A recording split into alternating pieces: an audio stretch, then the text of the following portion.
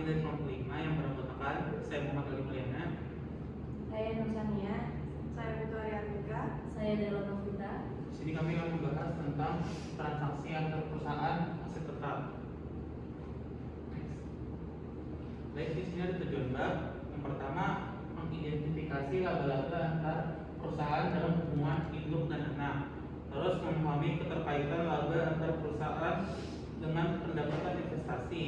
Terus membedakan dampak laba antar perusahaan downstream dan upstream terhadap pendapatan investasi. Terus menghitung pendapatan investasi pada tahun transaksi aset antara perusahaan dan tahun setelah transaksi. Selanjutnya ada membedakan laba antara perusahaan atas persediaan aset tetap yang memiliki umur tidak terbatas dan aset tetap yang disusutkan. Terus yang terakhir ada menyusun kertas kerja konsolidasi bila terdapat aset antar perusahaan. Di sini ada laba perusahaan, yaitu laporan konsolidasi yang memandang transaksi jual beli sebagai transfer atau pindah tangan aset. Laba pihak penjual melekat dalam aset yang terdapat dalam neraca pembeli tidak diakui.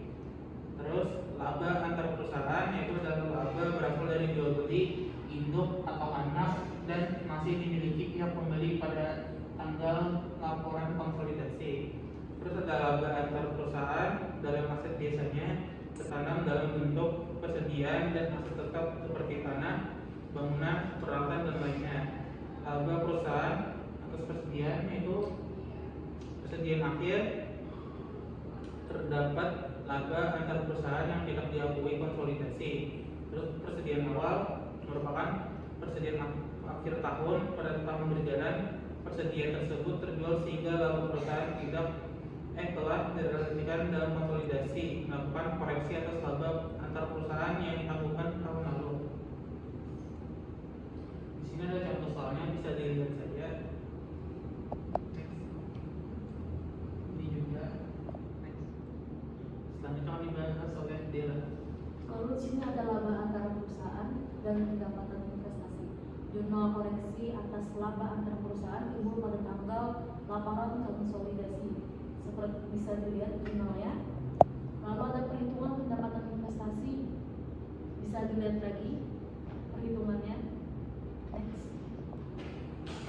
Dampak laba antara perusahaan terhadap pendapatan investasi dan nilai investasi. A. Pendapatan investasi dan nilai investasi dalam saham berkurang bila terdapat persediaan akhir yang berasal dari hubungan induk dan anak. Keuntungan penjualan aset tetap tahun berjalan, baik yang memiliki umur ekonomis maupun tidak memiliki umur ekonomis. Lalu yang B.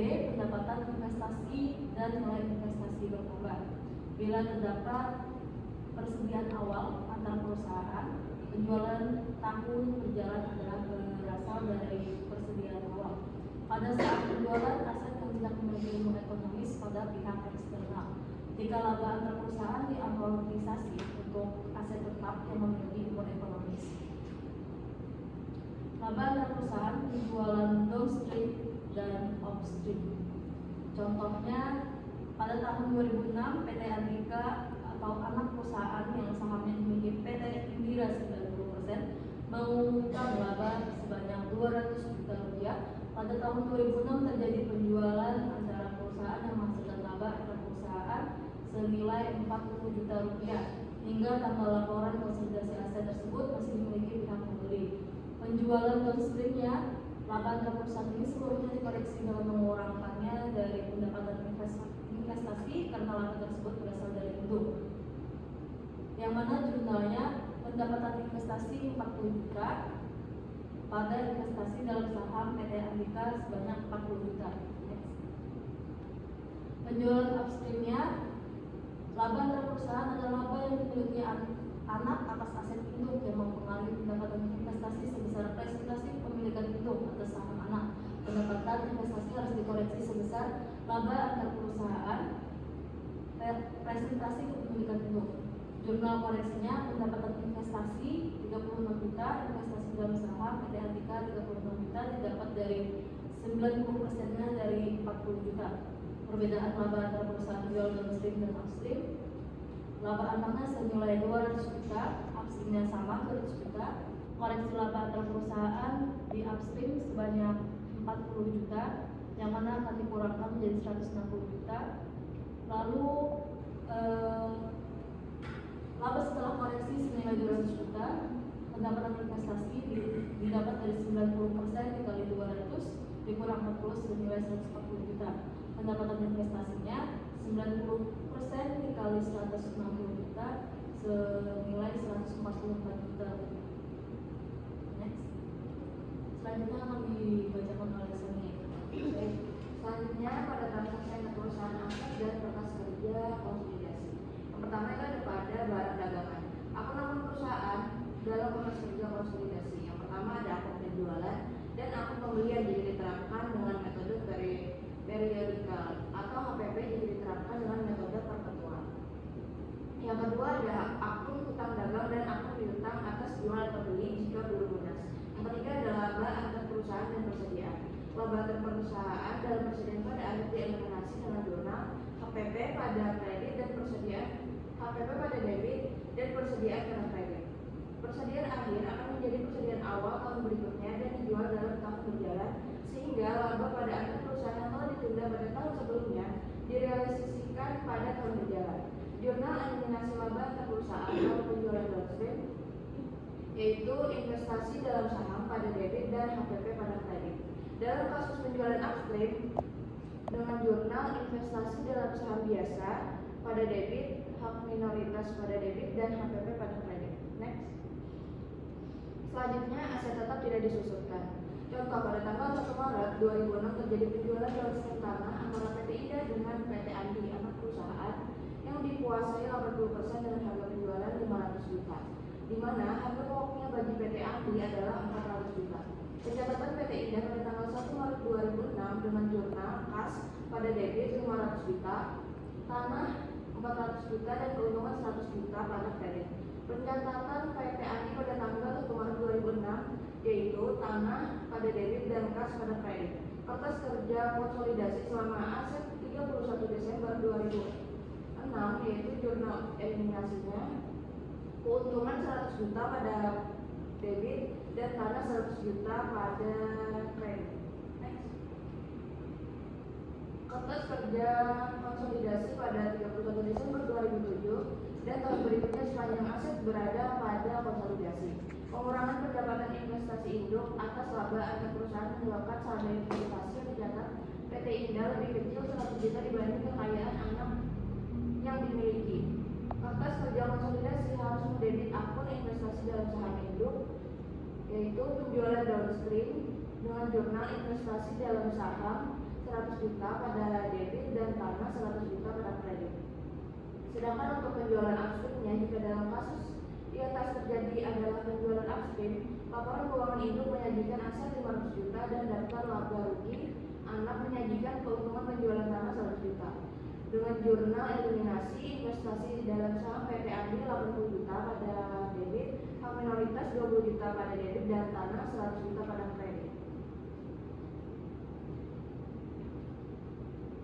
Selanjutnya akan disampaikan oleh Baik, untuk aset tetap yang memiliki umur ekonomis itu contohnya pada tanggal 1 Juli 2007 terjadi penjualan downstream peralatan seharga 600 juta antara PT Impal dan PT Avia, anak perusahaan yang diakuisisi 90% oleh PT Impal. HPP pihak menjual 450 juta. Aset tetap tersebut masih memiliki umur ekonomis 6 tahun. Metode penyusutan garis lurus. Neraca PT Avia pada tanggal 31 Desember 2007 atas nilai buku peralatan itu harga perolehannya 600 juta. Untuk akumulasi penyusutan 600 juta dibagi 6 tahun dikali 1,5 tahun itu sebesar 50 juta. Untuk nilai bukunya sebesar 550 juta.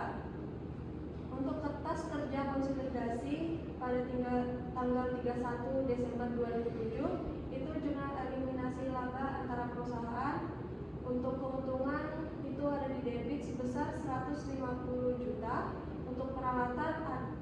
di kredit 150 juta. Untuk koreksi atas penyusutan yang dicatat over akibat laba antar perusahaan, itu akumulasi penyusutan di debit sebesar 12.500.000. Untuk beban penyusutan itu di kredit 12.500.000. Kertas kerja konsolidasi tanggal 31 Desember 2008, koreksi atas penyusutan yang dicatat over akibat laba antar perusahaan. Untuk akumulasi penyusutan itu di debit sebesar 25 juta. Untuk beban penyusutan itu di kredit sebesar 25 juta.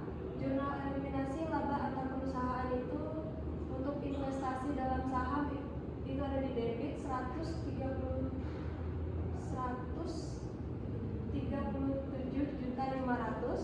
Untuk akuntansi penyusutan itu ada di debit 12.500.000. Untuk peralatan ada di kredit sebesar 150 juta. Untuk per tahunnya bisa dilihat di dalam tabel. Ini contoh PT Rusia mengakuisisi 90% saham PT mengakuisisi 90% saham PT Angelika pada tanggal 31 Desember 2006. Kekayaan PT Angelika pada tanggal akuisisi yaitu modal saham 400 miliar, agio saham 100 miliar, laba ditahan 80 miliar. Total kekayaan pemegang saham yaitu 580 miliar. Akuisisi dilakukan dengan total harga perolehan 532 miliar. Selisih harga perolehan dan nilai buku adalah disebabkan goodwill yang diamortisasi 10 tahun. Untuk keterangannya, yang pertama, penjualan antara perusahaan selama tahun 2008 adalah sebesar 400 miliar, di mana hingga pada saat tanggal 31 Desember 2008 penjualan masih terutang sebesar 100 miliar. Tingkat gross profit PT Rusia tahun 2007 dan 2008 adalah 40% dari harga jual. Yang kedua, persediaan PT Angelika pada tanggal 31 Desember 2007 dan dari 2008 yang berasal dari PT Rusia masing-masing sebesar 25 miliar dan 40 miliar. Untuk ketiga, PT Angelika menjual peralatan yang sisa umurnya 8 tahun pada tanggal 2 Januari 2007 dengan keuntungan penjualan sebesar 8 miliar.